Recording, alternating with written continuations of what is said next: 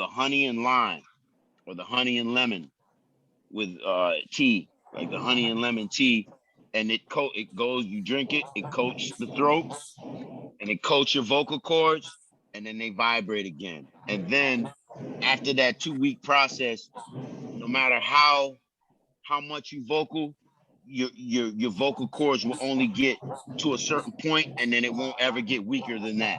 So at that point, your vocal cords are like steel cables. But I'm not gonna say anymore.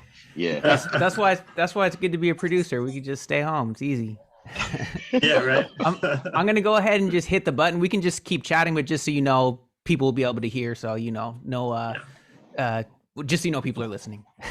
All right. Yeah. Oh, by the way, Biz, if you don't mind, do you know how to change your name in Zoom? Because right now it says M80. I think it would be cool for people to see your name down there.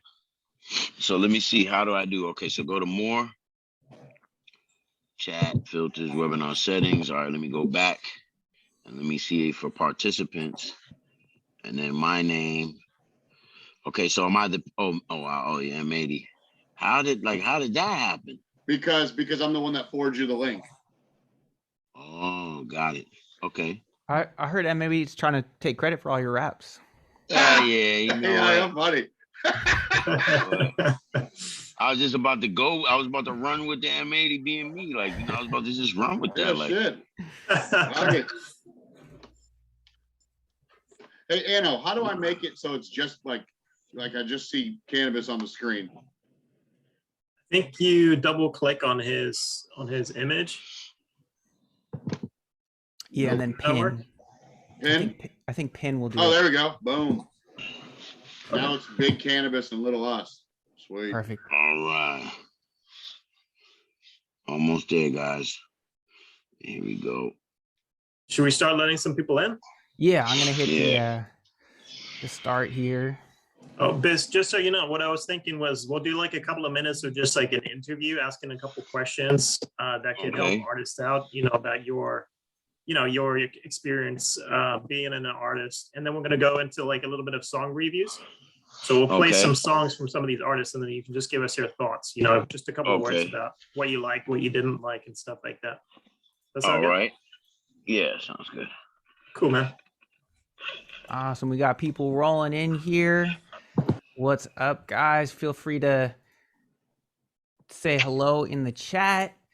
In the little 2 field, if it says host, go ahead and change it to hosts and panelists in that little chat so we can all see what you're saying.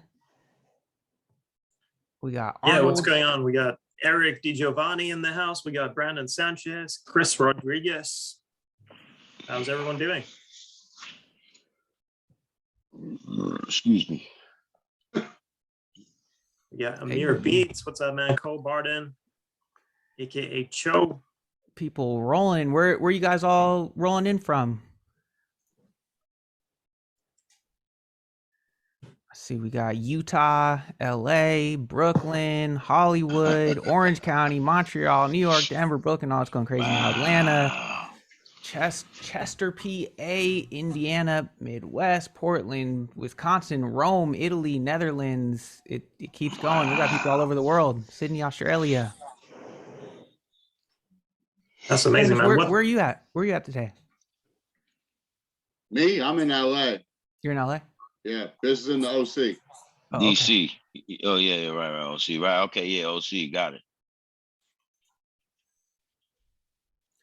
Right on. Leonard says, M80, what's goody, fam? Good, man. Just, Canibus had a new record came out today, the Almighty Era Volume 1. It's at cannynft.com, and we're happy to be here with Anno and Gabe.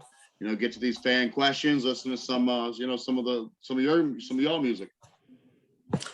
Yeah, today should be a great session. I'm excited to listen to some songs. I'm excited to pick Biz's brain a little bit. Yeah. Jose said I killed you. Junk. Jose. I don't know what Jose that is, but oh, thank you. The almighty Junk, man. Thank you. Yeah, that almighty record. There's a lot of records on there, man. I'm curious, how many people have copped that new album already? Just give us a quick heads up in the chat. Arnold says, yep. Top Paul says listening right now. Shit goes. Here we go. Got it. Lafayette. We got some hands raised. Cool. What do you think, Adrian? Should we start getting into some questions and things, and then get into the reviews? Yeah, man, sounds good. Let's do it. So, as you guys know, this is Anno Domini, and I'm here with Legion, Gabe, and M80, and of course, the special guest for tonight. We have a very, very special guest. He's been basically holding it down for hip hop since the 90s. He's released over a dozen studio albums, sold over 1 million records, and he may well be your favorite rapper's favorite rapper. You'll find him in many lists for greatest lyricist of all time. So everyone, please welcome the man, the myth, the legend, Canibus. Hey. Peace, everybody. Peace. Peace, everybody. Love. All right, guys. So, yeah, I figured let's ask Canibus a couple of questions to get this thing rolling, and then we'll get into some song reviews right after that. So, right away, Biz, I'm curious, like, just tell us a little bit about like your journey as a hip hop artist. You know, when did you start out, and how did you get to where you are today? Right. So, you know, funny enough, I started out back in the 80s beatboxing before rhyming, right? So I used to beatbox started out breakdancing, really. That's where it started, my journey with rap music and hip hop. And so, you know, breaking and popping and locking and all that, but that doesn't really go that far after, you know what I'm saying, your grandmother smashes a couple of your boom boxes, you know, you start to leave that alone. So pretty much got out of the popping and locking, and I used to beatbox for one of my homies that used to rhyme down there in Florida. Two Live Crew was out at the time, and there was a group called Afro Rican, and my homeboy Ian used to DJ for Afro Rican now and then, and eventually he became my DJ. I went to a high school called Board Anderson. We used to call it BA for Board Anderson, but that was back when like the 18 was out. We used to just call it BA because it was like bad news, bad attitude type of place. But you know, we made the best of it. A lot of talent came out of Florida at that time. You had Plantation, you had Dillard High School.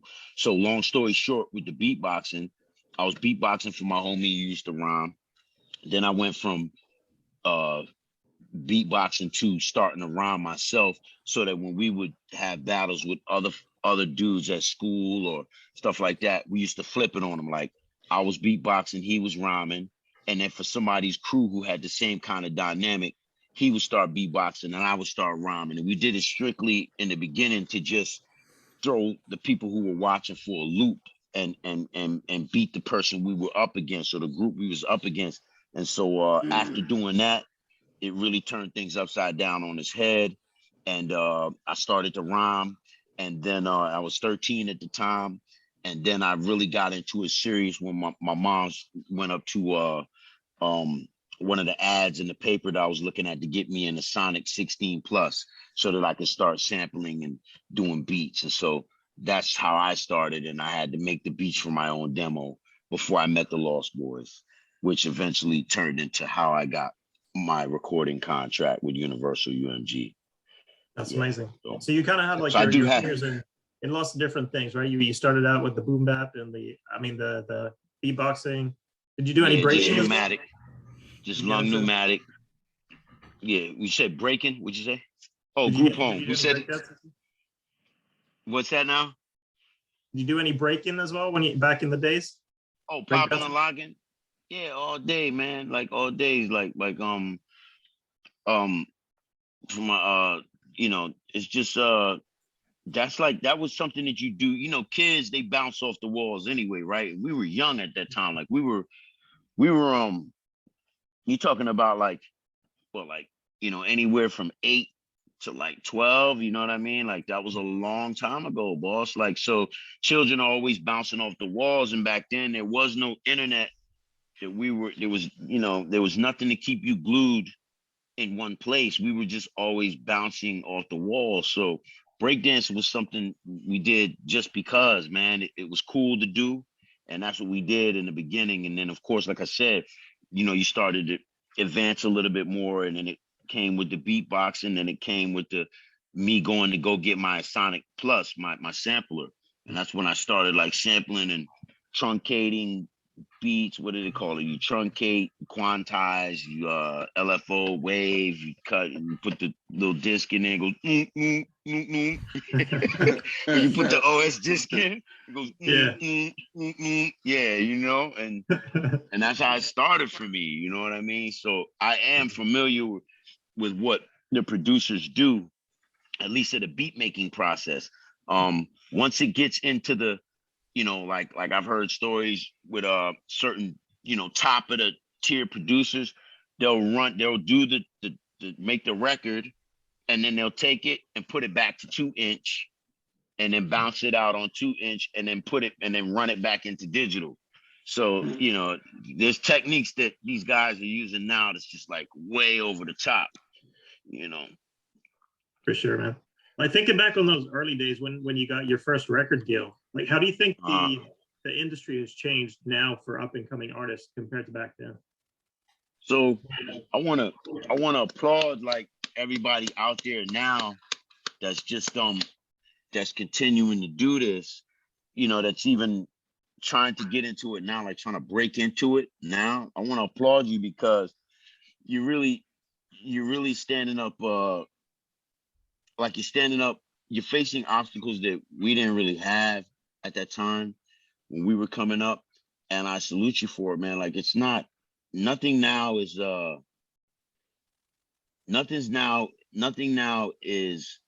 guaranteed, like not even the opportunity anymore. Like now, you know, your ambition has to pretty much, you got to go in there ambition heavy. Like you got to have enough ambition to spare. You've got to have enough determination to be able to start out with a crew of 5 people, and after everybody's quitting or, you know, something happened, they move off to the sideline, you got to go it all alone.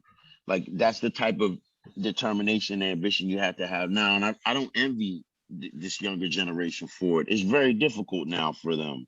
I will say that your company, the kind of structure that you guys got going, it really does help them. It gives them a big boost as to, you know, their options and what they can do. But without that type of foundation or cornerstone, I mean, for me, like just for example, when we were coming up, you know, Andre Harrell did this, you know, rest in paradise to Andre, to Harrell too. But so there's a story, and I know the story is true, but Andre slept like, or he didn't sleep, but he spent the night outside one of the offices. It was down there in next to Times Square, like not too far from where the original Uptown Records was at, because I interned at Uptown. So I remember, like, it's right in Sabaro's kitchen is above, it's like 38th, 42nd Street, like right there in Times Square, like it's right over there in that area. And we're Quad, next to Quad's down the block. So it's unique. Down those are also famous studios, but Uptown Records was right there on that block, like right there in the middle of Times Square. And it's funny because I remember times when the stories were that, like, Dre Harrell, when he was trying to get his deal for Jekyll and Hyde, he wasn't able to like get through to the gentleman that he was trying to meet with. You know, they weren't interested, and so he just like every time he tried to speak to him and hand him music, they just weren't interested. He's like, "Do you have 5 minutes?" They're like, "No, not right now." So he ended up waiting downstairs. Like, you know, when they got off work, they saw him there. When they came into work in the morning, they saw him there. Like Dre Harrell made it impossible for them to get in and out of the building, in or out of the building, without seeing him. Till one of the days, the gentleman just said to him, what I see you here all the time, like, what can I help you with? He's like, "Thank you. If you got 5 minutes, I'll tell you." So he says, "Yeah, all right, play it, man." So, you know, that kind of thing, that's how Andre Harrell was able to get his label imprint for, you know, he did the Jekyll and Mr. Hyde thing. That's how it started for him.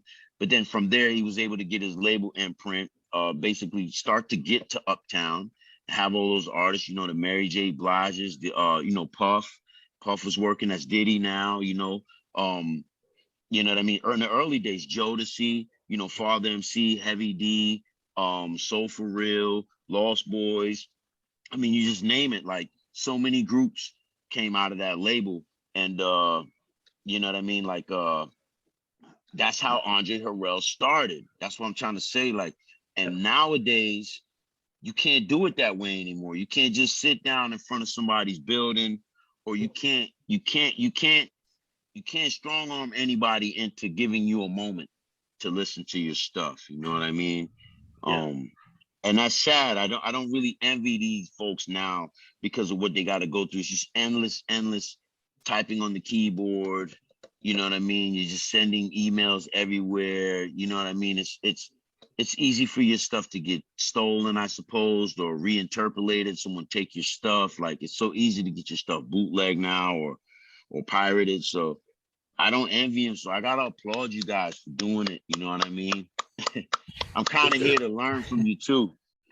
Man, right on. I think all the people I'm seeing in the chat, they appreciate that, because yeah, it is a lot of work. I think it is also, there's so much opportunity now, right? Things are different. I think you're definitely being humble too, saying like, oh, I kind of had it sort of easy, which it was never easy. Not to mention, I think it's dope how you're able to stay on the cutting edge of stuff. Like, you've got, the NFTs, you're doing these bundles, all this kind of stuff. So I'm wondering how, for artists who want to like forge their own path and then also stay consistent for decades, like you have, and stay relevant, how have you approached that? How have you been able to do that, where like you're putting out the most material ever, it feels like now, Right. And you're using this new technology and doing all this cool stuff?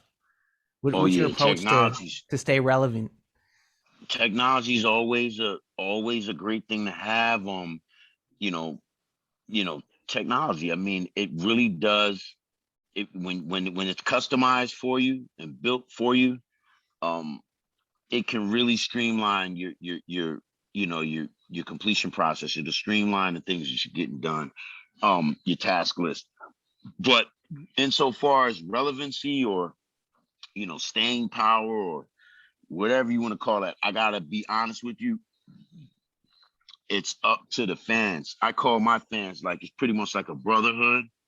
And that's who I got to give it up to. I got to give it up to them, man. That's how you retain your footing, man, because we all have, similar to the same, if not identical, amounts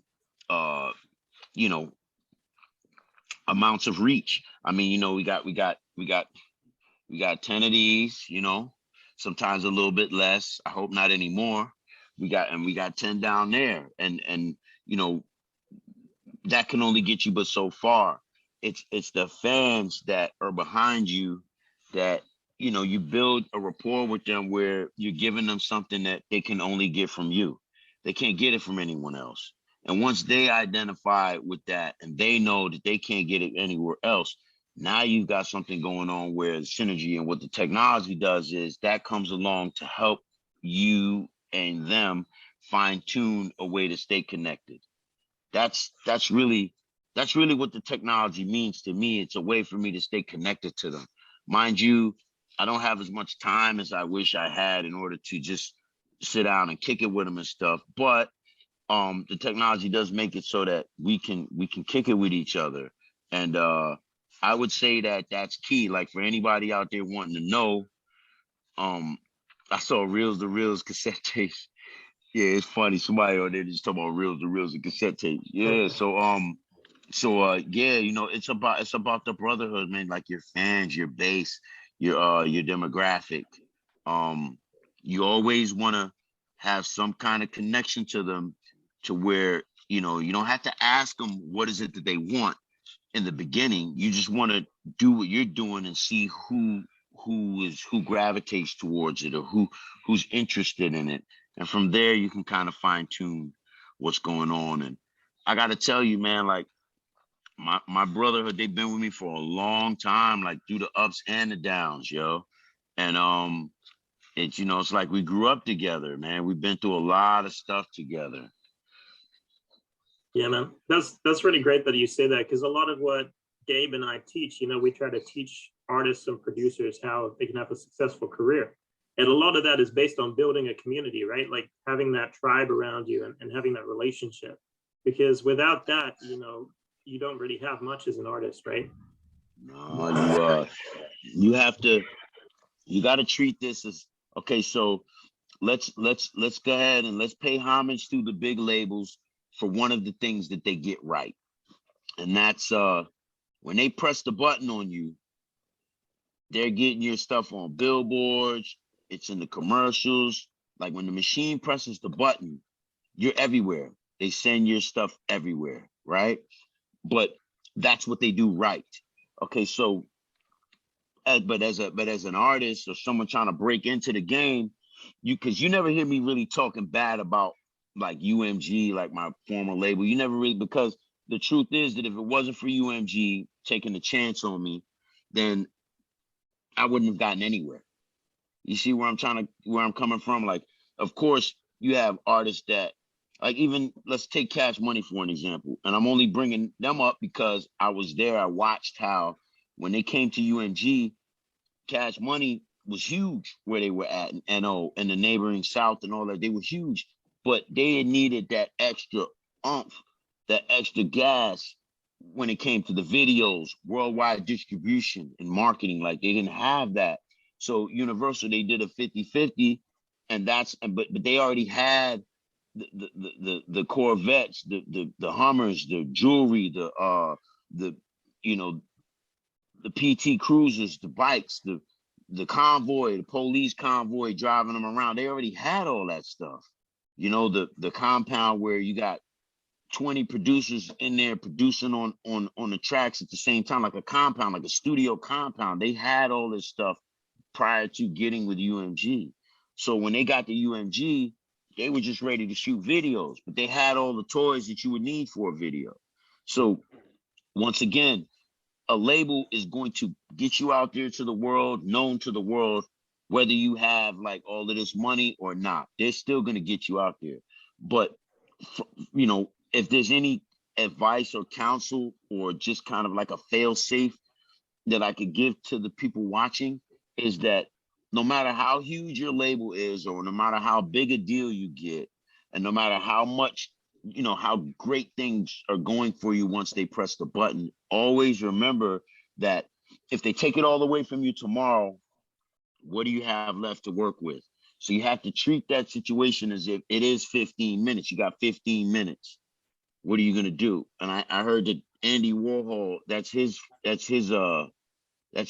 term. He coined that, your 15 minutes. So, and it really is like 15 minutes, man. It's not 5, you know, it's not half hour, it's not an hour. It's more like 15 minutes, man, which is, it's like that. You know, it's just long enough for you to get used to it and enjoy it, but not long enough for you to, you know, get so comfortable that, you know, you think that it's never going back to the way it was. So, you know, we got to treat this as like, you get in here, you know, always be cordial and polite to these people that are on your team, that are with you, that are helping you, even if they might not be doing it to the best of their ability, or they might just be, you got to be polite and cordial to them, because remember, they're just doing a job too. And you never know where it's going to take you 10 years down the line, or 20 years, in my case, 27 years later. You know, you're still going to see some of these people out here. You want to have some kind of relationship where they know that, you know what, this guy's been out here for this many years, and you know, he's never done this, and he's never done this, but he's doing this. You know what I mean? He's you know, you can count on him to be this way. And if somebody else comes along and says, well, he's like this, and they like, nah, that's not the guy I met. The guy I met was looked like, you know, he had his head screwed on straight. You know what I mean? And so that's what I could say to those folks watching, man, is like, always build your own brand, as if the hype and the label gets taken away from you tomorrow, that you still have something to stand on. You know, you still have something to work with. Yeah, no, that's great advice. And I feel also like if you focus on that first, building that brand, building that community, the labels are going to be more interested in the first place anyway, right? Because nowadays they're looking for people who already have that built-in audience, right? So if you focus on that part, you know, even once you get on the label, like you said, later on, if for whatever reason it doesn't work out, or you move on to your own thing, you still have that same brand, you still have that audience as well. So yeah, that's the way to do it. Cool, man. Well, let's kind of bring it back to right now and Canibus today. And I'm just curious if you could tell us a little bit about this new project you brought out today and where people can get a copy of that. Yeah, so let's see here. He said that's why I got it. Mike Club. Oh, he taking it back. Okay, so how many folks we got in here, by the way? Let's take a look. We got looks like almost 100. Wow. Okay. 87, it looks like. Yeah, you can't fit 100 people where I'm at, man. So that's a big deal. But yeah, man, definitely the project right now, it's one of many. It pretty much is talking about a certain time, an era when we were releasing music like at that level. We were on the road, Mady and I and Born Son.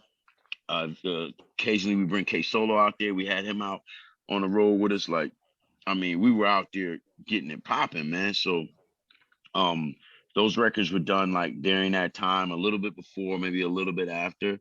And the records kind of reflect what was going on at that time, like in hip hop. Some of my stuff is a little bit forward reaching. So like, for example, like the record Fayada Complete, that was recorded in 2014. And I was talking about a lot of things on there that pretty much had started to transpire recently. So, and that's Fayada Complete. So yeah, this record, we're taking a snapshot back as opposed to looking forward. Like this Almighty Era record's taking a snapshot back. When most of the other records I record with 80 and so forth, they're always taking a snapshot of the future, and at the very least, like the present. Shout out to the Jurassic 5, the J5 people, man. Awesome, man. And where can people check out the album? Oh, so they can go get that record on caninft.com. That's www.caninft.com. Yeah, you can go there, you can check out. We got all kinds of things up there you can go get. And then of course music, man. We got music coming. So y'all get in there, check it out. And just so that people know, my thing is always like tonight, a couple of my buddies got a little radio station thing that they're doing. It's called like The Circle or something. The Circle. Cali Ranks is on it. I've got Third Eye on it. I've got they invited me over to it. It's gonna be Friday night at 9. They're gonna start, and I don't know. Maybe I'll get a link and put it up later. But I'm supposed to be playing like some records that I did. They're collaborative records. It's like one of my little things that I've been working on, a project of mine, and that's the kind of thing that like I'm into. I'm really into the collaborations, and I've got like everywhere I turn, I've got a collaboration to either do or complete or get to, and I'm doing that right now. But the site with this little radio station, I'm doing that tonight, and I'm building and expanding on what's already going on. Like you guys are gonna see, like as we move into the future, because I know you're heavy in this space, Anno. I told you I got a lot of respect for you. And Gabe, but you in particular, because I watched you build this, man. I was around 14 years ago, 15 years ago, and saw your name buzzing back then, bro. It's a big deal. Thanks, man. I appreciate that. Yeah. Cool, man. Well, I'm super excited about that radio show for sure. I'll be tuning into that. And yeah, I already listened to the album. I know most of the songs already. So, everybody go check that out. It's an incredible project. And also shout out to Matt for kind of being there for that process too, like putting together that time period in your career. So, dude, I want to drop a bomb on Canibus right now because he doesn't know. Bis is born in Jamaica, and Anno is. Well, you're born in Germany or United Kingdom? Germany, right? Germany, yeah. So Anno and I were doing so much business. I had every record label we'd ever worked with, every artist we'd ever worked with, sign off so he could move to America, and get his work visa. And Anno's family had never met me, and they're like, "Who are you to just uproot our son from us?" And then, you know, he ended up meeting the love of his life in America, and now he still lives in the USA. And so when I met his family at the wedding, they're like, "We didn't like you at first, but you know, our son is now with his soulmate, so like you're good people." But like that's how far back like Anno and I go. Like we used to talk on like AOL Instant Messenger and stuff like that. So it's like all these years later, man, Anno's as strong-willed as anyone I know because man, he has to deal with me. You know it ain't easy, bro.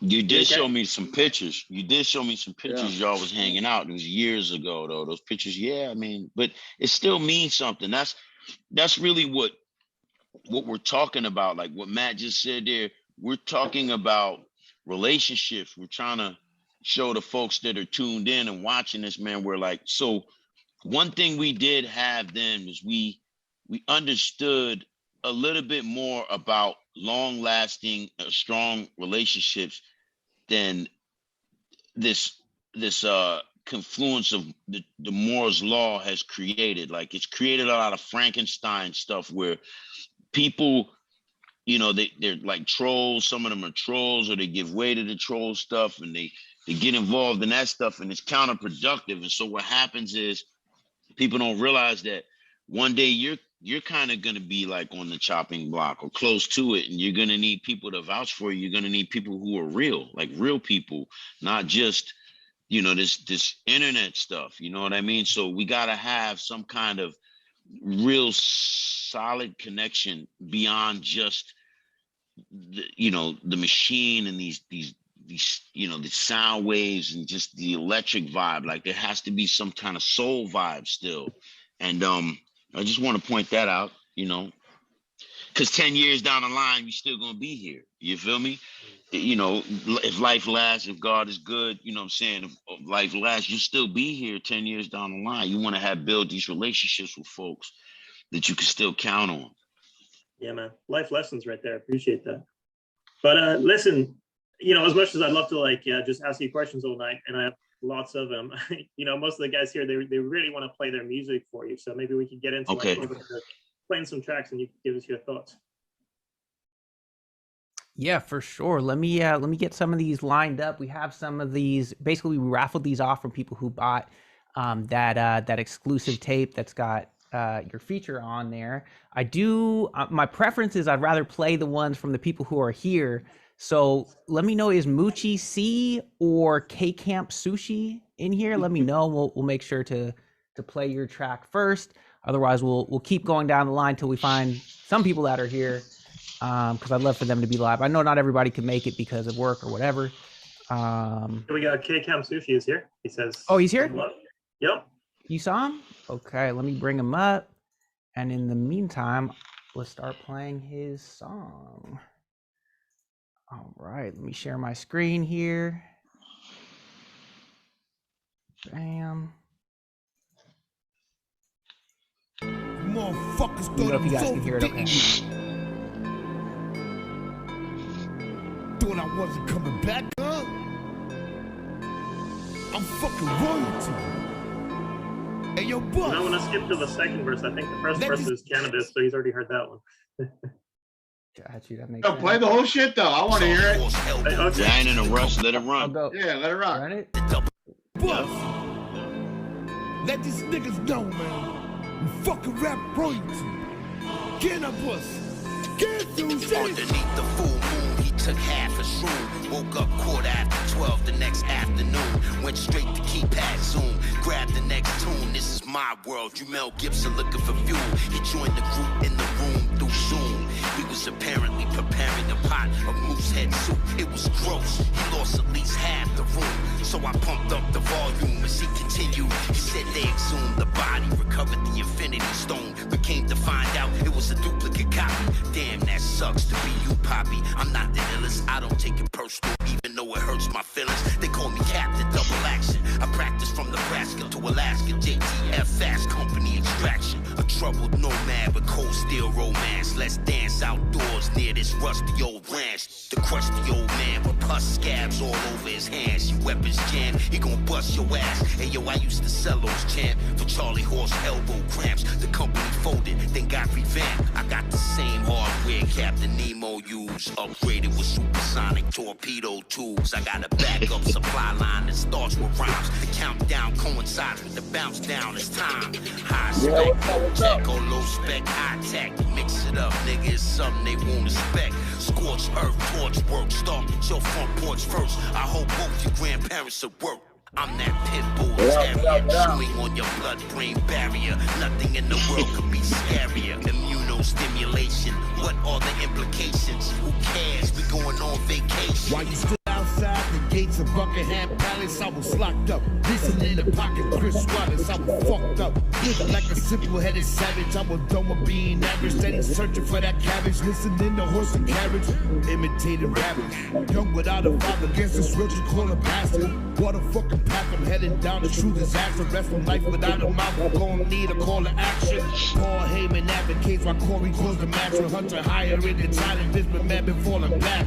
How should I react when nitrous in the back? I've been filling up the bag while I feed myself the cash, tranquilizing my emotions. Never talk about my feelings, keeping bottles up. Now I gotta turn into the villain. Put your bottles up. Pour a little Henny for my niggas who ain't making, so I gotta keep it funky with the living. Don't forgive me for I didn't know no better. For a price of nigga pain, I just wanted extra cheddar. Heavy taxes are imposed by putting product on your nose. If I ain't product with you, just to impress a couple of hoes, I can never couple dollars, then I bet you up. Dealing with the devil, I'm a rebel, put your rebels up. Only fucking kettle sluts, never let them mess me up. I do not regret admitting, nigga, this is test of God. I know it's a test, y'all. I know it's a test of my patience and shit. Yeah, I really like that, man. I never heard the finished version of that. I really like that. We got K Camp Sushi right here. Okay. What's up, y'all? Anno the nominee, Gabe, forever my people. I always fuck with y'all. I've been fucking with y'all for a few years now. Canibus, my peace, G. That's you on there. That's you on there getting busy. Yo, bro, yeah, like you saw how I said, as you stood outside the gates of Buckingham Palace, I was locked up. That was one of my favorite songs I was listening to when I was locked up. That is second round knockout, and I'm like, yo, that came to mind when I wrote that. Wow, yeah. So I never heard the finished product, man. That's dope, man. You got busy on that. The record's dope. You know. Thank you, brother. Thank you. What you doing with it? You know, it ain't got it. The hook in it is real small. Like, you know, if you at the record label, you know what they telling you, like, yo, y'all need 16. What is that shit?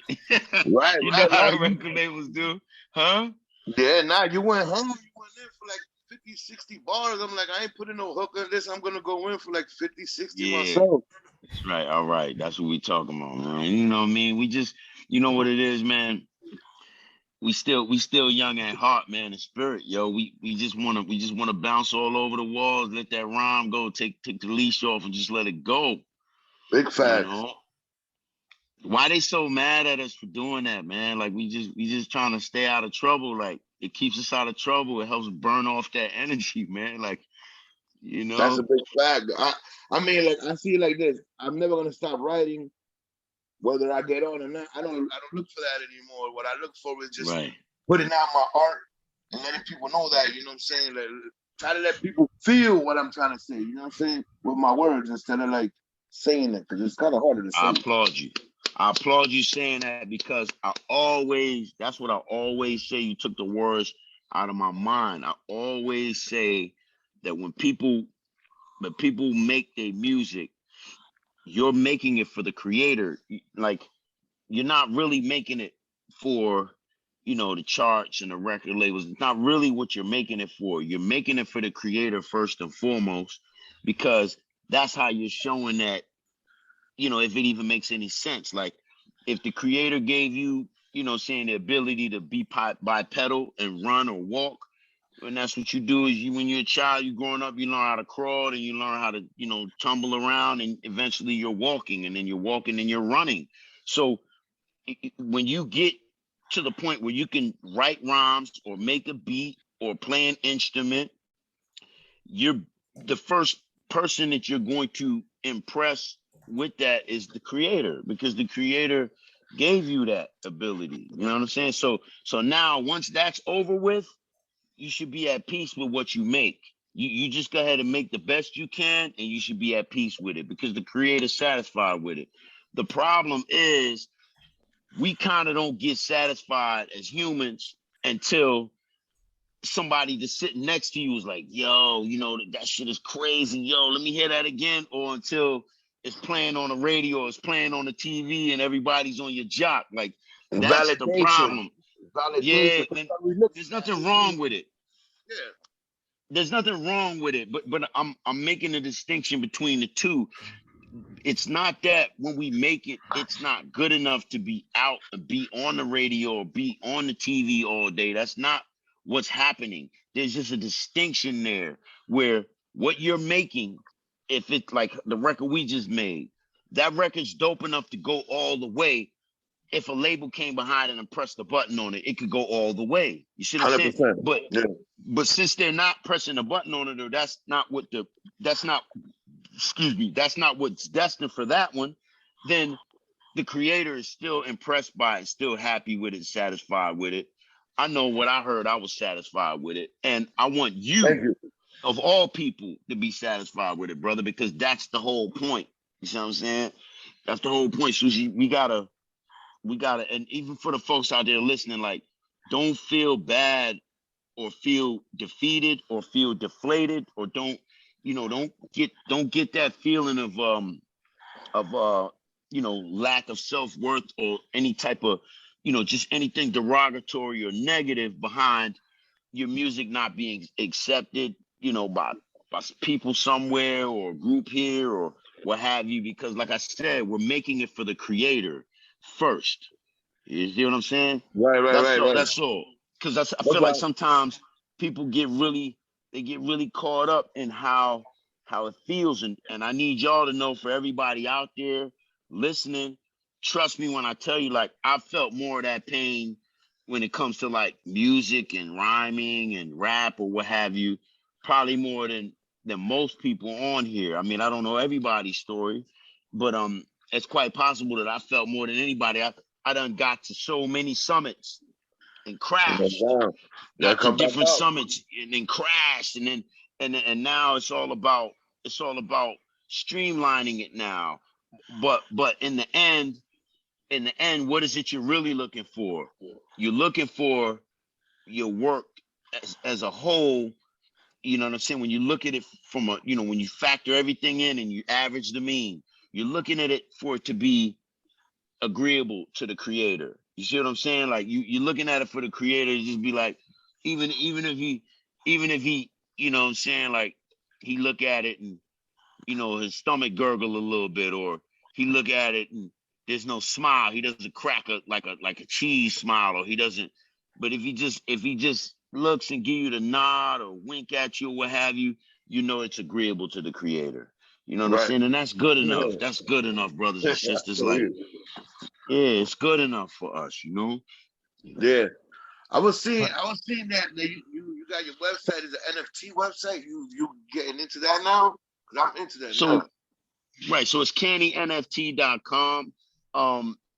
That's like forward thinking, right? Like I haven't really started doing the NFT things like full flush as yet, because there's a lot more to it than people might think. So I'm pretty much now just looking on ways to, how to add value to it before I just drop one. You don't drop one and then try to add value to it. You want to add value before, right? Right. I just dropped my collection. Okay. 27. It's called Sushi Man. In case you're looking at for NFT, look out there. Sushi Man NFTs on OpenSea. I'll grab one of your Jones. Yeah, send a link. Make sure M80 gets the link over there, or Anno or Gabe gets the link, and I'll go over there. I'll grab one. It ain't nothing. I'll grab one. Put it on my little. That's dope. I have that little ERC20. I'll grab it. Hey, man. Appreciate you, bro. Nothing. That'll be good luck. That's awesome. But what we want to do though is, you know, over the course of time, we want to add value to our Jones though. You feel me? Like to just have them, it's not enough. You confident add value to my joint, I tell you that much. That means a lot. No, I feel you. But look, I feel you. You're too kind for saying that, right? And I feel where you're coming from. But what I'm talking about, like really though, in all seriousness, we gotta add value to our shit, man. See, people are not gonna tell you that. These folks that's running this game is still the Wild West, and some of the rules are made. When they finish making all the rules, then they're gonna open the gates and say, "Come on in." But you know, it's good for us to try to get involved now and see what's going on and try to figure out how to add values, man. You gotta, right? Yeah, Chris Rodriguez, you know what he talking about. Yeah, they want to add that too, but we gotta add value to it, man. We have to, because once you know how to add value, or you can add value to it, then you know, by having a little bit of ownership of it, now it matters in your world and your life, right? What's happening on other parts of the world is, and other things that we do is, we'll have stuff and then someone is devaluing what it is that we're doing. It's like rap. Like rap was devalued for the entire time I was involved with it. Like rap's been devalued. Like they took, you know, things that now should be priceless, and you know, these things are like, you can't find them nowhere. You know what I'm trying to say? Like, I mean, there was a time when I remember Motown, when we were like, okay, I'm gonna give you an example. So I remember the time with Motown where there was a restaurant in the city in New York on the East Coast where you could go in the Motown restaurant, and they had like the Motown Cafe, and they had like Michael's glove in there. They had I see what you're saying. From the Isley Brothers, they had Mr. Big's cane or something like that, or something or another that he had. Like relics. They would have relics. Yeah, they would have artifact. Right. They would have artifacts, and these things, like, trust me, like, you didn't even need to call police if somebody was trying to mess around with Michael Glove. Man, if somebody would have reached in there and did something to Michael Glove, and somebody would have probably, you know what I'm saying, clapped you in there. You understand what I'm trying to say? Like, somebody would have yellow taped you. Right?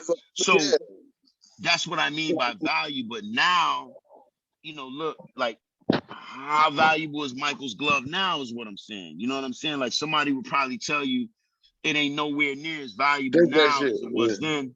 You see where I'm coming from? So it's tricky. It's tricky how they'll take your value from you. So you gotta, I think that's probably very important for us to do. I'm still looking for ways to do it, but we gotta add value to our stuff, man. We have to.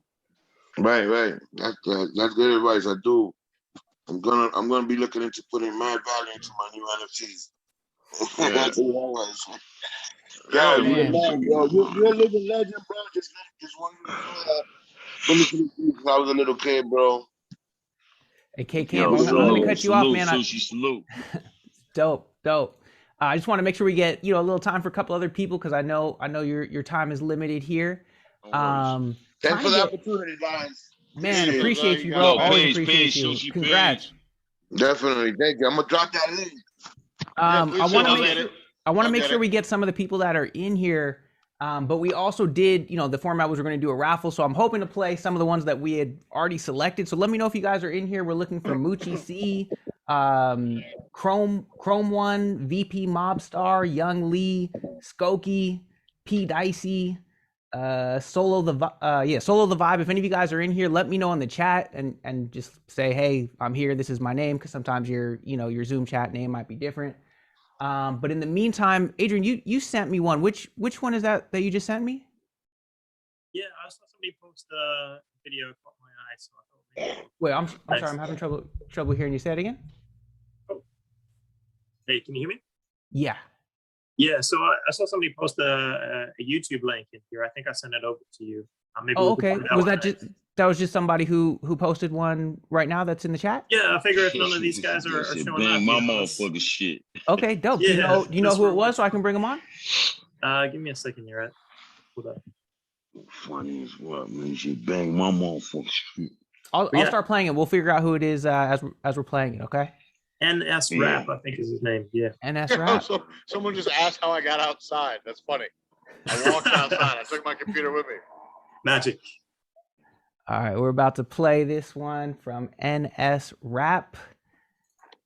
And I'm going to bring them on. I'm so sick, I need a doctor, not a manager. My style flow sick. Squad is straight. I just don't give a fuck. I'm so sick, I need a doctor, not a manager. What up, Brad? DJ Bunk, NS Rap. Squad is straight. Hey, yo. I'm the product of watching projects and politics, projecting art and product for addicts to get a proper fix. Cause they don't care about the youth, the proof is evident, that's why I'm so sick. 666 can never fuck with him. Sicker than syphilis, Jack your beat then I'm finna dip. Spit it better, signs Heo label than tell you nigga dip. I'm only livid when spitting lyrics the militant. Agonizing poets, opponents posing like data shit. I put the laughing manslaughter like I'm Gmo Ski. Operate on verses, I murk them without a PhD. Like Dr. Love, but I ain't fake like most these rappers be. Plus I spit it vicious, no limit like I was Master P. I just don't give a fuck. I'm so sick, I need a doctor, not a manager. My style flow sick. Squad is straight. Yo. I just don't give a fuck. Yo. Aha, yo, Afro, I'm in the building. My style flow sick. I need a doctor, yo. I need a doctor to resuscitate and let me renovate my state of mind that I can frame as excelente. They claim they know the fight, brother, he ain't me. MC poet that's so fly with PhD. Studied the biochemical, flooded the laboratory. I see to it that any virus can be killed mandatory. Got a hint of the glory, the story important as ever. Scientists, I defy with fists, folded your temple. The flow is monumental, behold what I've given to the world. Like surgery, procedures, or even lobotomy. Be the gynecologist of grown girls and I perform saving. I maybe be the doctor, but believe that I'll be anxious. The patient in my arm to try to cling on to his last breath. Gotta stay alarmed, gotta be calm when I pass the test. I got the answer to the why as if. Demand ransom, ain't a problem that I can't fix. Yo. That shit was dope. Yeah, that was Yeah, hot. it was. Appreciate it, Coming man. back, Appreciate we it. got NS Rap on the call. Yeah. Yo. Yeah, I was here. I got these in, Matt. So I'm listening. Oh the yeah, whole no, I know. time. I could hear you vibing to it. I could hear you like, yeah. All right. But what I really like about that one is it's easy off top to tell that they like they're fans of that era, that 90s or that late 90s rap era, because they got Nas in there. Yeah, I was bumping a lot of Matt. Nas, MF Doom, all of that. I can tell, and I could tell by Yeah. your flow, and I could tell by even like some of the, you know what I mean, the pockets that you in on the rhymes with them, your syllable placement and all that. I could tell that. Yeah, I You like to have definitely a like a force behind the lyrics. I like wordplay, all of that. So Get busy. You getting busy. yeah, That's get busy what- when you're out. Yeah, yeah. Get busy. You already know. That's right. That's right. And that's what you're doing, man. It sounds dope. Like I feel like if you go, you know, I don't know what the goal is for you. If you're trying to make records, if you're trying to like, you know, just have your little following and keep it pushing, or you trying to, you know, take your writing ability and go elsewhere with it. But if you, I'm gonna just tell you, if you wish that hardcore get busy style and you want to make a whole record like that, you want to make an entire catalog like that, I think you can make it. I think you can make it. I think that you can, you know, you could definitely. I know personally as an A&R, that's my lane right there. So like I fuck with that all day, bro. You had a great song. And I mean, Yeah, Afro definitely. was And I got a bunch more coming out. Yeah, I have another joint with Afro. I have a bunch of other stuff coming out. good deal. Appreciate it. Yeah, yeah, like I said, like Matt was saying, the same sort of thing, man. Like because that's the decision that a lot of artists we gotta make, right? We gotta make that decision Of which lane you're gonna stay in, you know? Yep. Right. Because Yeah. everybody doesn't have the Can luck. we get a sour cream and chopped potato? Yeah. It's rolling dice, bro. 6 nuggets. Everybody doesn't have And a large the chili. luck of bouncing around. You know what I'm trying to say? Like, I'm gonna say Right. this, and I'm not saying it to like diss nobody, and I'm not saying barbecue. it for y'all to go run and tell somebody that I said this. This is us in this room. But so I just remember when, and it comes to my mind, like I remember when 50 and Ja got into it, right? Yeah. So when 50 and Ja got into it, I remember that Ja and them was doing their thing. Ja was making a lot of noise. Remember when 50 came out? It was crazy. It was crazy. Yeah, but when 50 first came out, before he got with Aftermath, it was like he did that that How to Rob track, and then he did that Just Won a Battle, the ambulance picking him up. And it was like it was crazy because it wasn't nobody knew that 50 was gonna be the guy that he is today, right? But I remember when he came out, one of the first things he did was he was like, yo, Ja, you singing on the records, fuck all that. You singing on the record. And then Ja stopped singing on the record and he didn't want to sing on the record no more. And 50 started singing on the records. and then that's how, I don't know if you remember what I'm talking about, man. Yeah, of course. Yeah, bro. Yo, he made him quit for him just to pick that style up. Yo, amazing. That's like one of the funniest things that happened in hip hop, bro. That's crazy, man.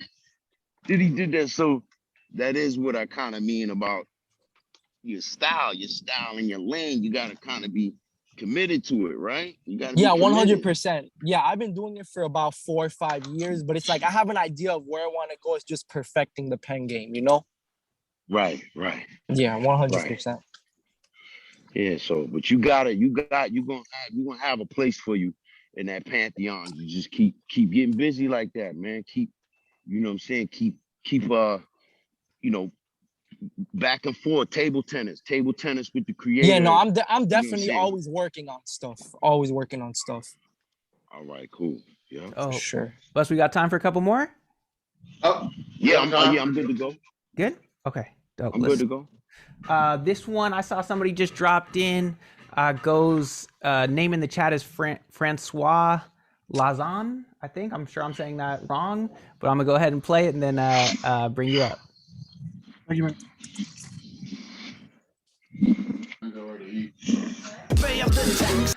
Conservative MPs and others want to start talking about conspiracy theories. Yeah. Well, that's your choice. I'm going to stay focused on helping Canadians get through this, on learning and making sure that the world we leave to our kids is even better than the world we inherited from our parents. This pandemic has provided an opportunity for a reset. Tu penses me mettre la chaîne au collet, aux chevilles pour que je rentre pour une crise de brevet. Dans un cheap clothing, coup politique, ma suffering. Avale toute la gang de artistes, je bosse mon cabbage. Je veux sentir le souffle, pas de vos haleines de démons, mais de la poudre de mes balles qui vous tronce vos troncs. John Rambo sur le mic, ben de sang on site. Live for nothing, die for something, ma devise. Gang de malade. Imposer le grand reset sans intervalle, sans le mot du payeur de taxes. Dénigre le choix de nos sœurs et frères. Dominium flip, on domine nos espoirs pour frères. Pas d'étiquette, des lignes, oublie pas ton masque. Nous prennent pour des casses, on voit bien leur face. Le karma frappera fort et la lumière gisera. Gisara, des millions on doit à l'honneur, on se lèvera. Je les prépare, je fais de manière stylée. Certains vont te freeze pendant la grosse crise. Listen to your children instead of dissing them. Killing in the name of Brand Reset. Tu veux mon opinion, ta caresse privée. C'est pas de la conspiration, ouais, si je m'exprimais. Je lance même pas mon voisin, imagine Prince Charles. Je dis les vrais bails, puis je le fais de manière stylée. Ça tient la route si c'est moi qui conduis. Le forum économique mondial, si tu veux un bon tuyau, le monde s'est construit. Ils veulent qu'on se prive, c'est pour ça que mes gars sont street. Certains vont te freeze pendant la grosse crise. On atteint les... Hey, okay. Well, we can feel the flow. I don't know if we understand the word. That's French, right? Like 15% of that. Oh, wow. That's French, right? French. We got dude on here. I don't know. Can you unmute yourself? It was French. He's might be having. Francois, you there, man? You gotta click on the little. Unmute. You guys are hearing me? Oh, yeah. Here we go. Hey, what's up, guys? What's going on? What's going on, man? What's up, man? Peace. What up with you, G? Yeah. So what you're hearing, I'm rapping in French. I'm from Montreal. I'm a French rapper. But got it. Yeah. So yo, peace, Canibus. Seriously, man, you're one of my idols. Man, I've been doing this for like 20 years, and I was influenced by the United States rap, hip hop. I started listening to this, and I wanted to produce my own shit, and it inspired me, man. I made some shows, I made some albums, but I stayed, I stayed merely independent. I studied, I did my shit. Now I'm working, but I'm still doing it. I love what I do. I'm passionate of what I do. It's a passion. So. But mad respect, man. Mad respect of what you're doing, man. How cold is it in Montreal right now? It's freaking cold. We just had like 20. We just have 20 centimeters of snow, man. I'm tired. I can't wait for summer, man. I'm tired of shoveling. It's crazy, man, out here. It's crazy. But you know what? Mad respects to you guys, and Anno Domini and all the advice that you gave, man. Canibus, it's crazy. All the stuff about the creator, man. Just that's why I wrote on the chat. You're really close to Killer Priest, man, and he's so deep, Killer Priest, man. Yeah, Priest is the best. Oh my God! Sometimes. Man, I made a track with him with the Anno Domini. I think it was the first pack. Yeah, Icons 1. Yeah, exactly. The first Icon. I made a track with him. It was so inspiring, man. I made something. I'm gonna send you a link. Let's make some more. Yeah, exactly. Priest. What I will say about Priest is Priest really is, he's a walking savant. Like these rhymes, it's not, I'm saying it because, I've been around him enough to know that when Priest puts it together, it's not like me. I have to write it. Like I have to, I got to put my thoughts together. Like Priest will just go in the booth and it'll come to him. And I'm not just saying that, man. I'm keeping it all the way a buck, all the way a Billy. Priest it'll just come to him. He's a savant. He really is a prodigy. It's not a game with Priest. Yeah, because the things that Priest is, some of those things that he says, no one could know that. I remember there was one record that he did, and he says, what's the weight of a flame? You know what I mean? What is the weight of a flame? You know what I'm saying? Like these things, Priest just the verse that he did on the track, he did something about that COVID-19 was planned and Moses planned that shit. I made my own research and I was like, holy shit, it's true, man. Well, that's stuff that's here, like, and that's dope too. But I'm not really talking about just that part. I'm talking about the angelic realm. Priest will say things that are coming from the angelic realm, and that's the only way to be able to make that Englishable is if it's coming to you from there, or you are an angel, right? Which means you wouldn't really be in the flesh necessarily, right? Hey, so, I want to say something real quick because there's so many people in the comments, and we're only gonna have time to listen to like 4 or 5 records. Okay. If you pick up Canibus's new record that just dropped today, CannyNFT.com, send a screenshot of your purchase to Canibus's DMs on Instagram. It's Canibus Verified. You send a screenshot of your purchase. I'm gonna tell you where to send the song. I'm gonna personally listen to it and forward it to Biss. All right. Perfect. Hey, yo, peace, man. Canibus, don't stop. Listen, man. And was it just you rhyming on the record, or you had other appearances? Yeah, we were 3. It was me, Phase 1. My name is Phase 1. Aspen Mendoza, another Quebec rapper, and Tank. Right. That's another one of my boys. So I heard other voices there. Yeah, man, it's dope, man. Thanks, not man. like I've done quite a few records with like French artists. I could tell you, man, like they get busy, like they were getting busy. You guys manipulating the French language phonetically to rhyme, you know, y'all was getting busy with it a long time before other people were able to catch up, you know, like Germany. Like I am. I don't know if you know I am the group I am, the NTM. French group. NTM. I am the crew in France. They got a Grammy with Wu-Tang. Yeah, exactly. Yeah, I know NTM. Master and Tefar a long time ago when the tracks like Get Off Your Knees and all that. That was produced by Master and Tefar. My style Tefar with NTM, over there in the south of France, the Riviera. Yeah, man, crazy group, yo. Big voice, man, so crazy, man. But that's what you do is remind me. Man, I've always enjoyed French hip hop. Actually, my first ever platinum record was with a French artist, Section. You know those? It's because they're so aggressive. They're so aggressive. Yeah, man. No, it's from the heart, man. They're poetic, but they're aggressive when they rap. They're aggressive as a motherfucker. Aggressive. Yo, I'm gonna leave you with this, but don't stop. And man, thanks for the opportunity, man. It's really great. Really great talking to you, man. It gave me a nice push. Nice. Thank you, sir. Let's not make it a one-way thing, man. You know, keep in touch, man. Like, I'm gonna remember who you are. I'm gonna remember this. Let's keep it going. Just check Phase 1 on YouTube. My page is there, and just check the tracks. And I'm gonna put more. I got an album coming. I'm working on it. So let's keep in touch, man. Make sure you send the links, and yes, I will go ahead and get to it. Send the links. All right. Perfect. Thank you. Hey. Peace, love, life, and legacy. Hey, Gabe and Anno, can you pin that comment I just made? Let me see.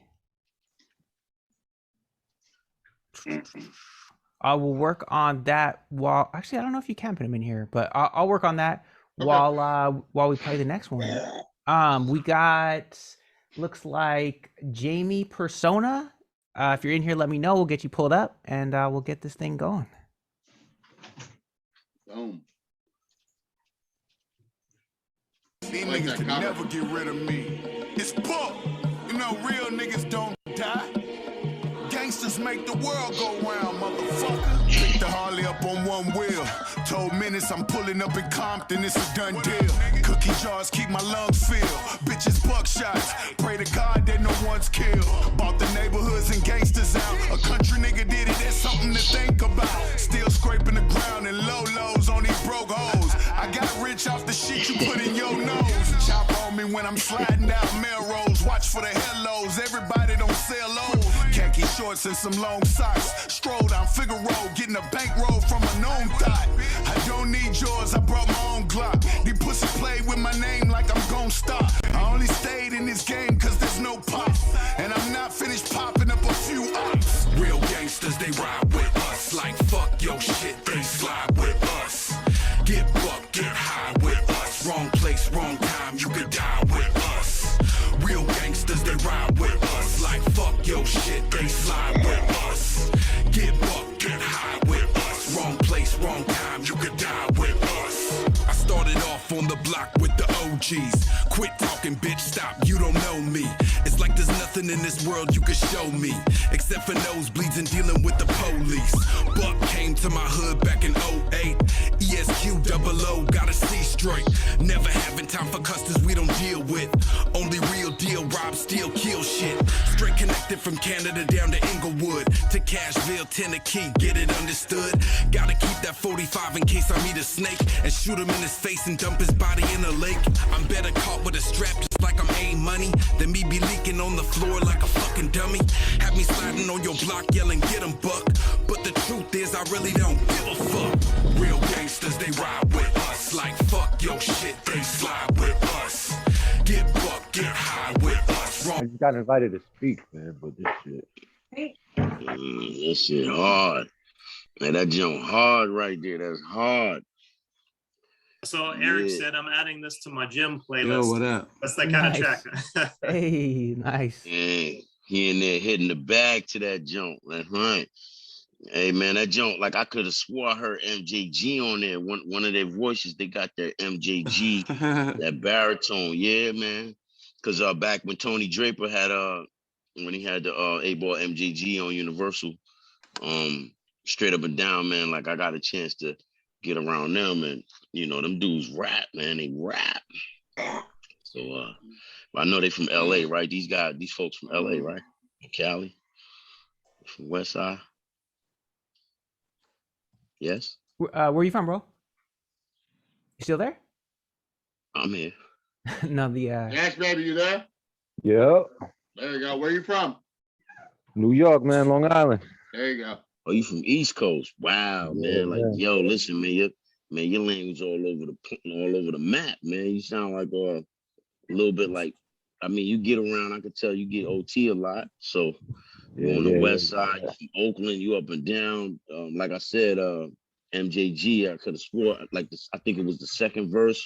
The homie getting busy on the second verse. Sound like MJG a little something.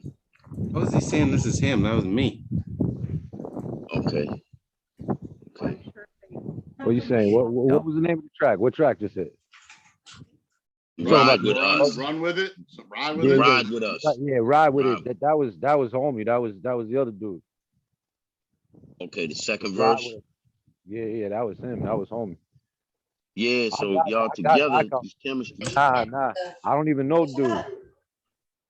Oh, you don't know him. Nah.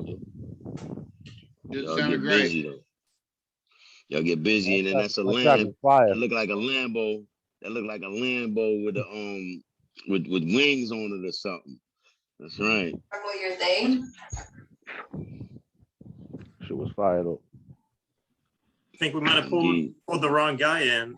We got, let's see, a couple people called Gash Baby in the chat for some reason. There was two named Gash Baby. They're both on here, so they're both panelists. Hey, well, I mean, whoever that track was, I mean, it was hot. I liked it. Gash Baby. Yeah. It wasn't Gash Baby. It was Jamie Persona. All right, so one Gash Baby is a chick and there's a dude. The song we just heard was the dude Gash Baby. Okay. What was it? Nah, that was not Gash Baby or none of that. No, I heard there were two Gash Babies in here. I have no idea, man. I tried. Maybe I'm still logged into my laptop or something. All right, fuck it. Did one of you make that song? They made it, not Gash Baby. No, I get it. But are one of you the person on the song we just heard? I'm not. All right. Well, welcome to our chat. Somebody in the chat says they made it, but I don't. Yeah, no, I got the eye contact, but I got like 3 of them done, man. So I wanted to talk to you guys about the promo because I'm really trying to go. I'm trying to go crazy on this because I actually. Fuck is this guy on my shit? Oh, calm down, everybody. Hey, look to the guy asking about the PR questions. My email is almightym80@gmail.com. Did they not see Jamie Persona? Like it said it right on the cover. What? All right. I'm just gonna finish talking without being interrupted. Thank you. Our monthlies are $2,500 to $7,500. So shoot me an email. We'll put a program together for you. Dope. All right, that was a confusing one, but congrats to the real Gash Baby. What else? Adrian, you saw any other ones? Canibus, any names catch your eye that are dropping links here? Anything like that? We could also do some Q&A. I want to hear Piano Reeves featuring Jaron Benton. Okay, bam. Let me see. Where is that one? Oh, I see it. Jesse. Okay, bam. Maybe we'll make this the last one, and then we'll just do a quick Q&A for any questions that you guys might still have for Canibus, and we can wrap it up from there. Oh, yeah. I see some folks coming on there saying, you know, such and such featuring Canibus, so they must have got features from me already. Yeah, these are the people who got the Icons pack that use a version with Anno. Niggas just got a death wish. The bully, I got some problems that need addressing. Some of you labels that owe me cheese, I need to be collecting. Look how they flee when they see rappers. Niggas are plead and beg for peace when you go check them. I used to be that starving artist. God forget the devil's heart that's carving at your cartilage with his savage. Bite off rappers' heads like the crawfish. Let the vultures eat the carcass. Bitch, I'm coming for the bosses up in office. Suffered if you lost it, bounce back and beat the odds. Nigga, regardless, in regards to all the families and niggas that crossed them. Might pay for the coffin, then these fuck niggas just crawled in. Might pop a couple bottles, Dizzy said we gotta celebrate the small wins. Tools on deck, hands on the hammer, nigga, I ain't talking ball peen. I go hard for my offspring, strangle later rapper with a drawstring. Say goodnight to the bad guy, they gon' feel it when I let the rifle blast. Underneath the pale moonlight, come and dance with a fucking psychopath. Benny. Won't you tell them that I got it like I got it, cause I got it now? Yeah. Life is like a movie and piano reeds will play you out. Yeah. Won't you tell them that I got it like I got it, cause I got it now? Yeah. Life is like a movie and piano reeds will play you out. Yeah. That joint hard too, man. And he said bite your head off like a crawfish, let the birds eat the carcass. He talking crazy. Yo, Yellow take that beat, man. Yo, much love, man. I produced that shit myself, bud. Okay. Nice. And your name is what? What's your name? Is I go by Headline. I'm Headline, always in your okay. comments and shit on Instagram. Wow. Yeah, you getting busy with it, Headline. Okay. I like that. You got like so you flow. You got that updated, bounce, drum and bass, get busy with it, flow, because you bounce all over the place with it. But your vocal tone cuts through. It cuts through the, it's not too deep and it ain't too light. It's just right enough to cut right through the vocals, through the beat signatures. It's dope. Much love, brother. Yo, that's really good. That's a really good take on everything. Sorry, I've just been trying to figure out my webcam and shit. But yeah, man, fucking, I got your verse on the Icons pack too. I'm super excited to see what I can do with that too. Been working on that. Yeah, like everything that you've been doing with your latest drop, the Almighty Era and shit. Fuck, I'm all over that. Thank you. Yeah, respect, man. Straight up, man. I tell you what, though, collaborations, man, this is the way to the future. I will tell you that, I'm not sure. It can only get bigger from here, but and I'm just, I'm saying, I just pray to the Creator, man, that we don't get it taken from us, like that we can, we get enough time to enjoy it and make some classics. But I will tell you that collaboration is the way. It's the way to get to the goal line, man. It's you can only do it through collaborating. I mean, when you look at every other industry and every other genre of music or entertainment in general, Hollywood, and when those credits roll at the end of the film, every one of those names in the credit in the credits, were responsible and took, they pulled their weight. They had a certain amount of draw weight. They towed the line to get it across the line. And that's always something that, that's what I was saying, man. Build these foundations, build them as strong as you can, so that, heading out to the future, you have crutches out there, in the event that we're all human. Sometimes you make a misstep, something happens, and it's easier for you to get back in step. No, straight up, brother. And actually, I've noticed exactly what you said. Since dropping collaborations and shit, I've seen the release radar on Spotify go way up. For everybody dropping collabs and stuff, my advice is for you to drop on Friday. Spotify picks it right up, and get it at least 7 days in advance. Pitch it to the playlist, the editorials and stuff like that, and you'll get on the release radar. And you'll get on the solid advice. Release radar. Solid advice. I can tell you this, since Biss and I started, working heavy on these records again, between our drop in December, our drop in January, and our drop in February, Canibus's monthly listeners has gone up 65,000, and his Instagram social media account's gone up 7,200, and so it's like the more the merrier, man. That's what we want. Yeah, he is. Straight up, I agree. Hey, for all y'all wondering what those numbers are when he tells you what the fee is, man, that's what it is. See, he knows those numbers, man. He can spit them out, and he knows where to find them. You can't really, the maggots couldn't eat Matt's knowledge out of his head. You know what I'm trying to say? Like Matt got it all up here, yo. It's all up there, man. Straight up, He this just shit's spit the worth it. numbers out. And working together, collaborating, thank God, we have the ability to work with each other. We're all from the same creator, you know what I mean? So let's create together. Sure. We will bring you more greatness through the Anno Domini Legion Beats pipeline. I promise you that. Oh, hell yeah, man. I'm up for it. What's up? All right. So maybe we'll wrap it up with a couple questions. For Much Biz. love, Thank brother. you, Jesse. Hey, headline, peace, headline, peace, King. man. Peace, that King. was I'll see you dope. around, man. The record was dope. Much love. Or, Great job, man. All right, let's see. Who's got a good question for Canibus to wrap it up? Something that everyone can benefit from. I saw Vladimir Naval. Vlad Naval. That's Vlad Naval. Yes, what a sir. name, man. Vladimir. You a sub-captain, man? You a sub-captain with some dog? Oh, that's a wicked name, man. Yeah. Is that your real government?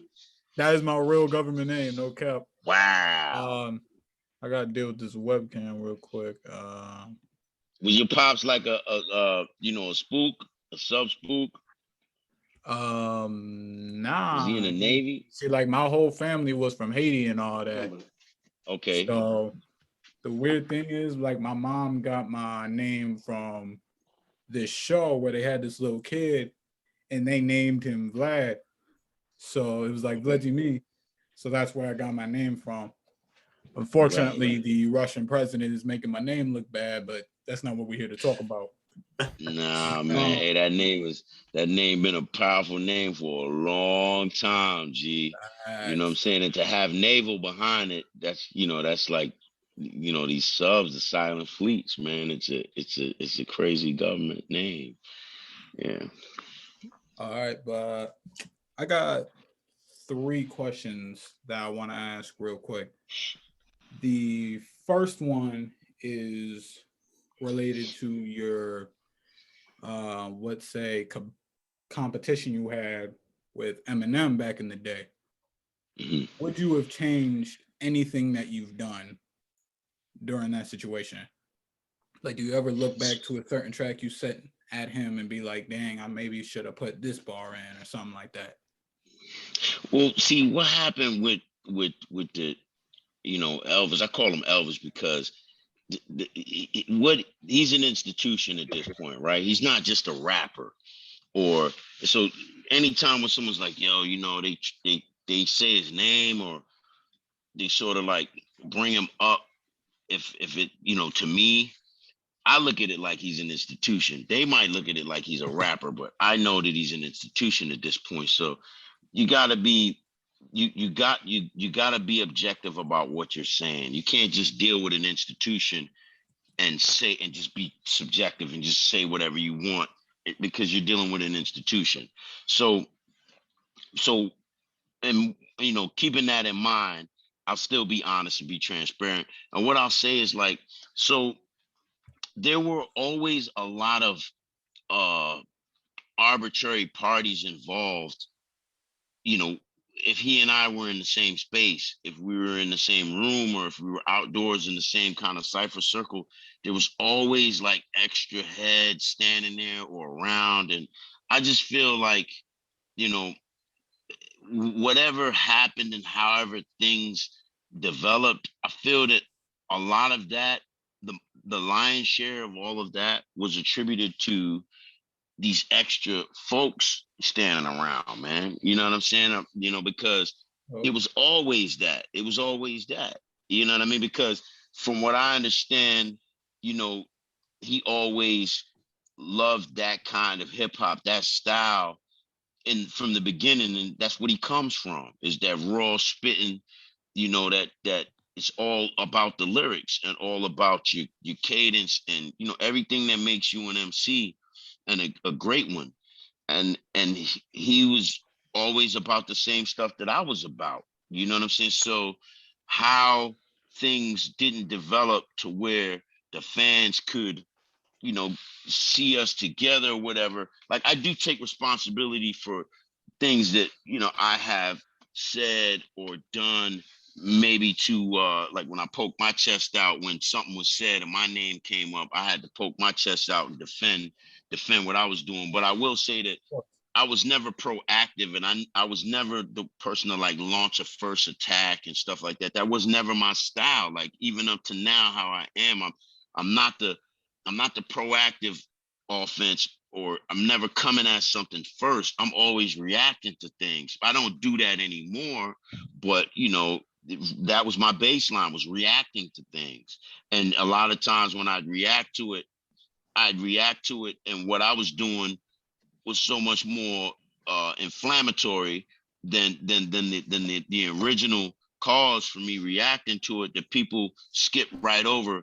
Why is he saying that? Why is he doing that? They would always skip right to, well, I mean, look what you just did. Nobody ever, you know what I mean, like looked at the cause. So to wrap that in a nice little bow tie for you, I really feel that had it not been for certain other arbitrary elements around, you know, whether you could call them people or media or writers or what have you, you know, there was always somebody telling him or telling me the wrong thing for things to have developed better. And that's really what it boils down to. Like, what do they call it? Like wrong advice or wrong counsel or things of that nature, right? You know, because you gotta remember that there are also things involved where, and I'm not playing this as like it's some type of card that I'm drawing out of a pack, but there's truth to it. You got to remember that while there is reverse racism and things like that going on in rap, or there was in the 90s, you still got to remember that, you know, there was like a takeover period where it seemed like for every MC Hammer, you had a Vanilla Ice, or for every like Chuck D / Nice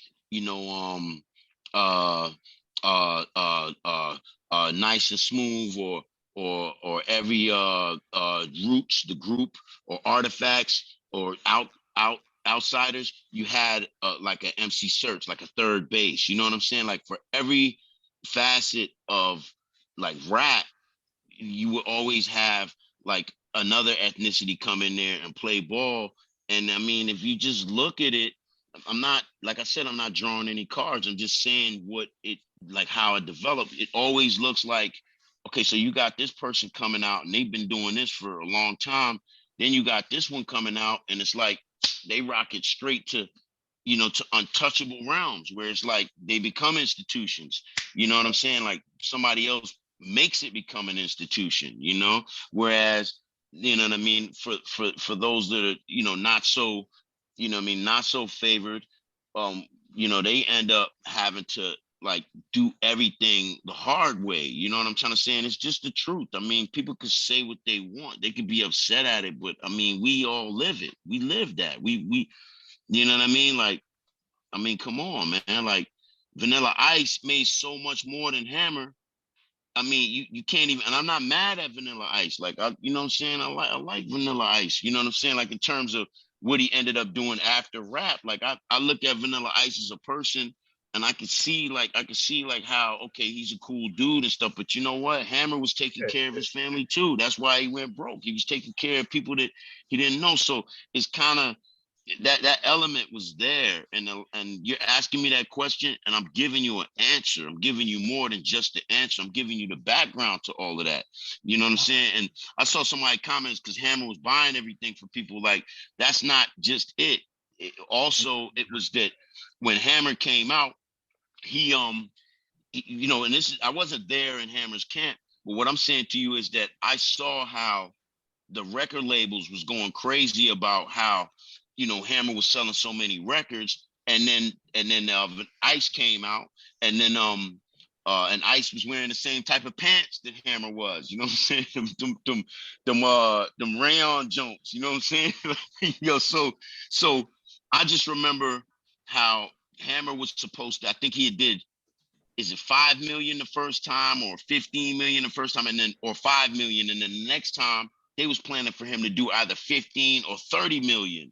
And it's like everybody was behind it. But then you know, it didn't do that. And then they just started pouring the water on the fire. They started to put the fire out instead of just give Hammer some more lead time, give him some more run time. Because when you look at Ice got a whole lot of things to keep him, had kept him going. That Ninja Turtle joint all by itself was worth, that made him an institution. Because once he did the Ninja Turtles joint, Vanilla Ice was out of here, man. There was no, come on, man. My brother was ordering pizza. I was ordering my little man's pizza and all that with the Ninja Turtle joint on it, man. Like, so that's really, you know, I'd say that's what it is. It's a lot going on with that. It ain't just Elvis and me. It could never be that. He's an institution.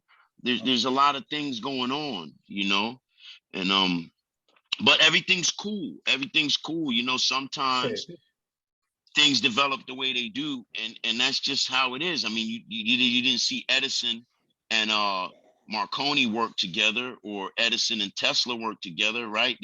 They were kind of like at each other, and then, you know, one day, you know, Edison's patents get it, and Tesla, you know, passed away feeding pigeons in New York. Down in the Hotel New York, we're feeding pigeons in Times Square, where all that light that was on outside, the electricity, he discovered that. He discovered the way that AC power worked. Because from DC, the transformer, yeah, he got blackballed. That's right.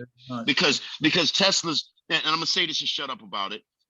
What Tesla wanted to do, which is what none of the other guys wanted to do.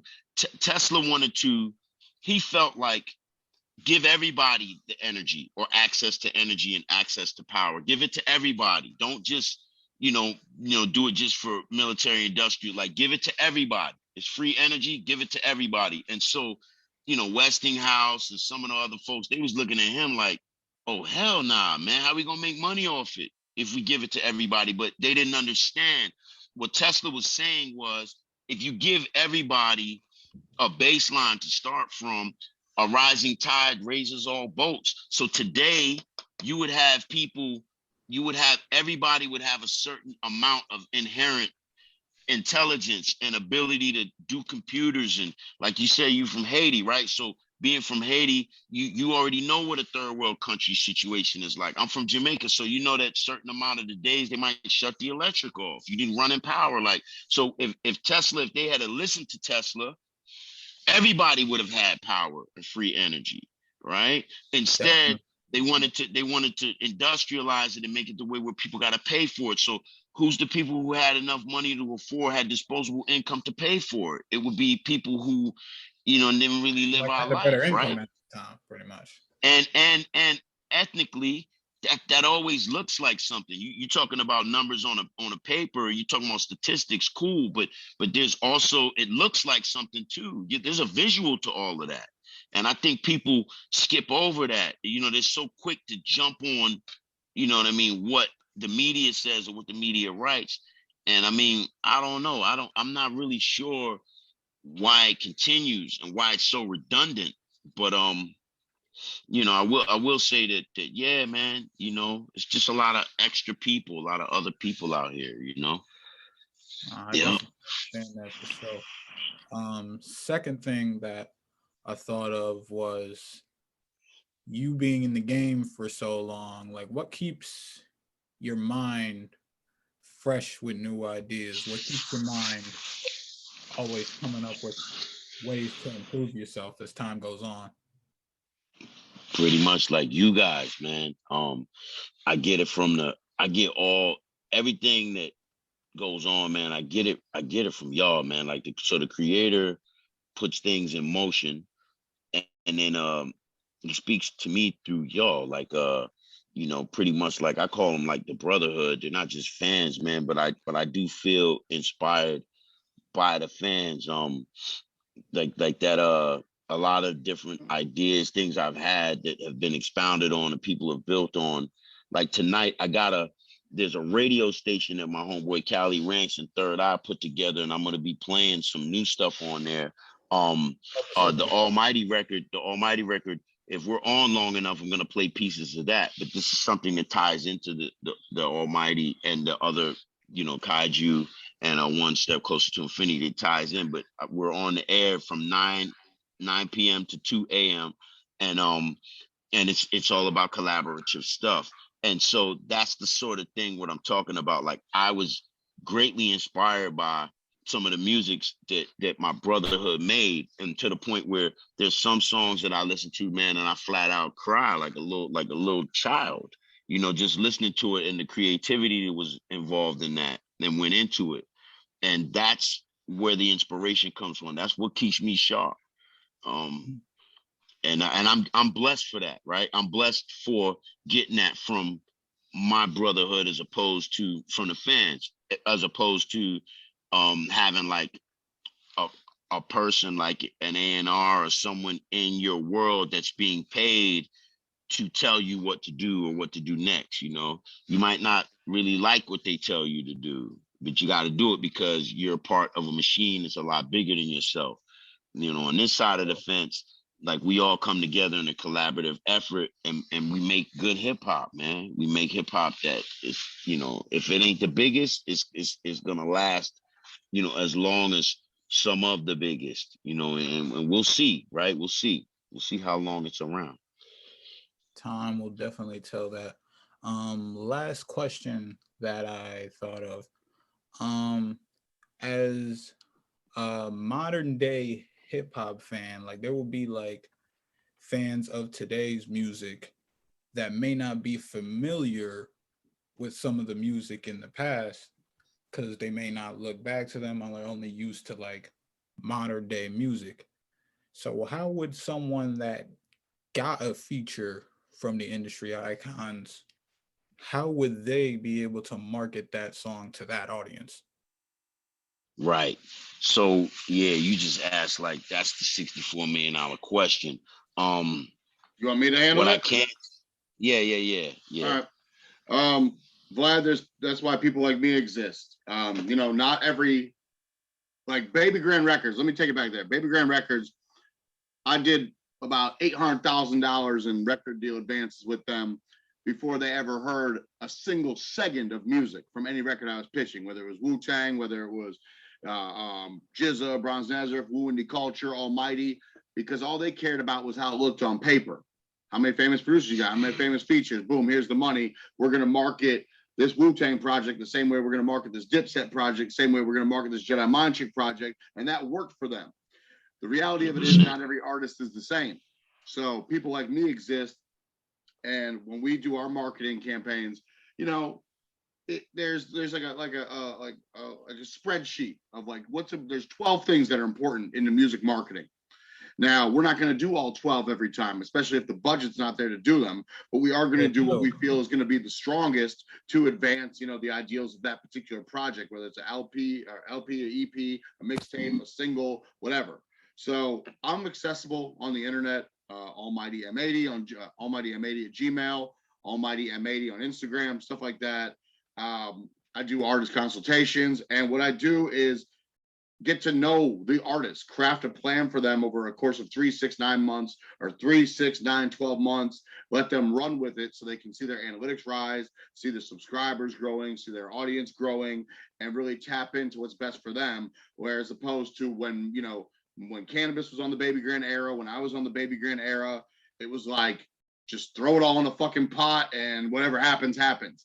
That's not the case now. Like, Biss has been blessed that he has a large cult following that lives on the internet. So it's like, clearly I don't need to go do street team marketing. So it's like to each his own to figure out the strengths and the weaknesses of each. And it's kind of like a trial and error thing. I've done enough trial and error between Canibus, Wu-Tang, Redman, Snoop, Corrupt, Crooked Eye, Bronze, you name it, to understand what works for each artist. And so if you'd like to, have one of those consultations with me, not a problem at all. I'll get you on the right path. Yeah, I'll definitely get you on IG. Let me add to that as well, real quick. Like, don't feel like when you put out music that you're trying to make music for everybody, right? You don't have to please everyone with your output. If your lane is like old school boom bap hip hop and that's what you love, then it's enough to find the audience that's receptive to that. You don't have to appeal to everyone who's listening to the radio. I mean, for me, for example, you know, I've been making 90s era type beats since basically I started making beats like 17 years ago. And to this day, people still come to me and buy beats because that's my lane, and I found my crowd and my audience, and they like what I put out. So, you know, I don't feel the need to put out trap music or R&B hits just because that's what's playing on the radio. As long as you have your audience and you can connect with them and you can build a relationship with them, then they're going to appreciate that from you. 100%. For sure. That's pretty Yo, much 100%. And you got to make enough of it. You got to make enough of it, right? Like if you're just doing it as a hobby and as recreation for you, that's cool. But if anyone out there, you listening, whoever out there listening, and you so serious about it, then you know what? You got to make a catalog. You got to make a catalog. And you know, unfortunately, because that's why I say I don't envy you, like y'all in the, you know, y'all coming up in this. I don't envy you like what your task is ahead of you is, because like you have to make a catalog. It might take, you know, that time is increasing as you know, as we get more connected with this technology. But you might be sitting on a catalog, and it'll take, you know, it's going to take way longer than it would when we were in the 90s, and you know, somebody had 100 albums, you know, back in the 90s. We're like, who, where, take me to them. That's all we wanted to hear back then, is like, who got you? Oh, you got catalog like that? Because most of us couldn't even get into, there was no equipment like that.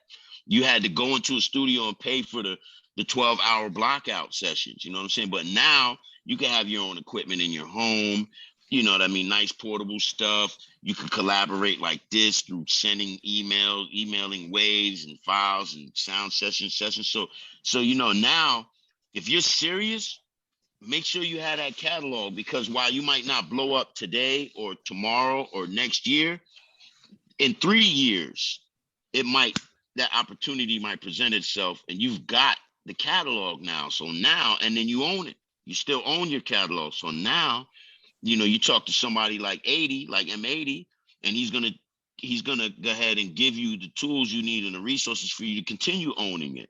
Or if you want to slice off a piece of it to the highest bidder, you can do that too. But those options are available for you. But you ain't gonna have none of that if you don't have catalog. So yeah. So keep recording. Yeah. Great advice. Here? Yo, I think we'll do one more question and then we'll wrap it up. So if somebody has a really good one, let's hear it.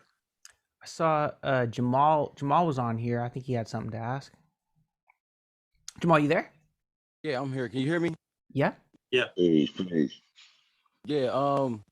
See, it, like, you know, back in the day, it was only regular hip hop, boom bap, and gangster rap. But now it's like so many different subgenres of hip hop. I was just wondering, like, how does one determine his primary subgenre of hip hop? Wow. So this is Jamal Dobson, right? Yeah. Crazy, man. You got two of the names of like two of my favorite people. It's Mike Dobson, and then you got Jamal. You know, up there in New York, man. Jamal used to run around with me, man, help me do things, man. But that's crazy though. But anyway, to answer your question, like, you know what, brother, that's above my pay grade. Maybe 80 could take that, or Anno, or what's you the know, question? Gabe. Yeah, like with so many different subgenres in hip hop, how does one determine his primary subgenre? Yeah, I could take a quick stab at it. I mean, Matt, I'm curious what you have to say, but I think basically it comes down to testing and seeing what feels good to you, but then also what people respond to. And then the other thing too is also sometimes like we're making art, right? We're trying to express ourselves, but if we're looking at this as a business, we also have to cater to our customers. And that doesn't mean you have to make any one genre or the most popular genre or anything, but you do have to make music for somebody. So if you think about who is that person, who am I trying to speak to, and then just make sure it speaks to them, to me that's a lot more important than figuring out what's the exact name of this subgenre. I mean, like, most of the music I make is like real interpersonal music. Like, I talk about my personal life, my experiences, what I go through. But like when I go to run my promo campaigns and stuff, I like all these subgenres pop up. Like, even when I go to distribute it, all these subgenres pop up. Sometimes I don't know which one to pick. And it by the way, it doesn't matter what you pick, because the only people that see that, for instance, like CD Baby does that. The only people that see that are people that actually log on to CD Baby. No one sees that if you're on iTunes. No one sees it if you're on Spotify or Tidal or Apple. It's just something they do for their own kind of like classification system on their website. But I mean, yeah, ultimately it's like you fall into the genre that makes you feel good and best defines you. So like I have an older brother, and he, when I was young and when I was rapping, always wanted me to be like Lil Dicky. Like I could have been Lil Dicky before Lil Dicky. But I didn't want to rap like that. I liked being funny, like around my friends, but I didn't want to like be funny on the mic. I wanted to like spit bars. So that's the difference. Like, who knows? Maybe I'd still be like, you know, rapping full time if I would have gone the Lil Dicky comedic route with it, because, you know, that seems like that's more acceptable now. But in the era of Canibus and Wu-Tang and Big Pun, it's like, I didn't want to be like, my bars are hilarious. I wanted to like be respected by the people I looked up to. So that didn't fit at the time. But now hip hop is so expansive, you can literally get in where you fit in with no qualm. Like, this is who I am. This is the genre I fall into. And it's cool to have interpersonal music, because people will identify with the same shit you're putting out there for the world. It's true. 100%. Yeah. And if all else fails, just make up your own genre. Do your own thing, you know? I mean, dude, look, like literally, like Gravediggers and Flatliners and shit made up horrorcore rap. There was no horrorcore. Like there was no like emo rap until artist X, Y, and Z came around. It's like, you can, if you want, you can make your own shit. Like there was no Lil Dicky before Lil Dicky. Like you can make it up as you go. Right. So when you start your PR campaigns, like say for somebody who has no articles, no reviews or anything yet, how would you determine your target audience? I would base a campaign with a regional PR rep to start getting you local press, regional press, stuff like that. Then build up. So it's like you're not going for the gusto off top. You're not getting Source and Double XL and Vibe and, you know, all hip hop and stuff. But you can start getting some local. Like they'll plug you to the locals, they'll plug you to the regionals, and then after, you know, say a month goes by and those stories kind of like disseminate into the market and your product is out, then, you know, you have follow-up. So it's like, then as you're getting a different PR rep that's going to get you the national exposure, when they type here's what they don't want to see. No one wants to type your name in on Google and the first thing that comes up is your Facebook or your Instagram. Like that should be like on the 10th page. So the first 9 pages should be filled with press, and it's like, you got to build to that. So it's like, don't waste your money, because it's not like a PR rep can do their job, but it's not up to them if Hip Hop DX picks up your shit or Double XL picks up your shit. They're going to pick up the music that they think is going to bring the most traffic. Therefore, the traffic equals ad dollars, and ad dollars, you know, boom, it keeps the fucking motor moving. Right. So it's like, don't look like, man, like I gave my money to this PR rep and I didn't get shit for results. It's literally because you aim for the stars when, you know, you weren't ready yet. You know, it wasn't ready. So I always build a system where it's like, this is what we can do on a local and regional basis. This is what we can do from regional to national, and take it that way. Because otherwise, if you're soliciting to like one of these big, you know, assets and they don't see anything like anything to back it up, then they're just going to pass on it, because it's not going to bring traffic to their site. So a lot of times I used to have artists like upcoming artists, like the Icons Pack is a perfect example of like what I used to do for these independent artists. You know, my artist Jason Bain, dating back to like 2009, got him one of the best record deals like ever. And his first appearances in like Hip Hop DX and Double XL and The Source were Jason Bain drops new single featuring Fred the Godson. Jason Bain drops new single produced by Street Runner. So they were picking up the story based off the associated name, because that's big name, you know, big shit. If it got enough traffic on that merit, then he could go and get press like the next time you want to drop a solo song on his own accord. But he couldn't have got to that level had it not been for the building blocks. So the Icons package kind of gives you the PR building blocks to really get out there in your region. Like, yes, there's going to be other people that have the same verse as you, but guess what? Like, it's not like you're competing with the guy who lives across the street.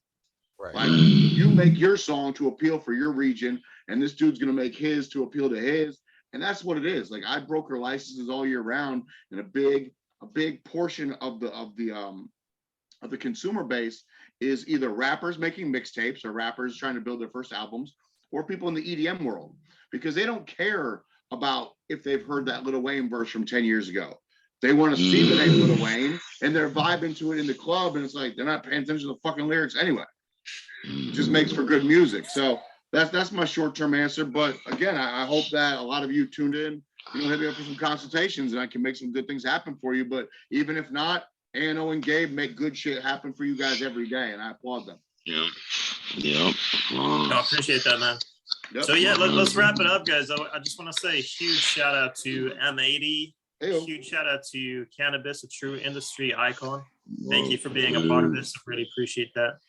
And the new album is out now. CannyNFT.com. Yeah, that's right. That's right. Almighty Era. And then that Kaiju's on there. We got that One Step Closer to Infinity and Almighty Joan. We got a lot of other goodies coming up as the months go by. Y'all gonna see, man. Y'all gonna enjoy it, man. We're gonna enjoy kicking it with y'all and keeping it pushing with y'all. Collaborations is the way to the future. Love, life, and legacy, y'all. That's what it is. I'm looking forward to 12 albums in 12 months. Don't disappoint me. It's gonna be 13 and 13. We had one drop December. So, and what's the spot to go to get the new album? What's the link? CANINFT.com. CANINFT.com. Right on, man. Really appreciate it. M80 as always, man. Bus, super appreciate your time. Very generous with your time. Sir. I know everybody in the chat here really appreciates it too. It's an inspiration to all of us. So thank you. They the future. They the future, man. They the future. Yeah, they're the future. Right on. All right, guys. You all have a good night. We'll go eat beef and broccoli. Okay. All right. Good.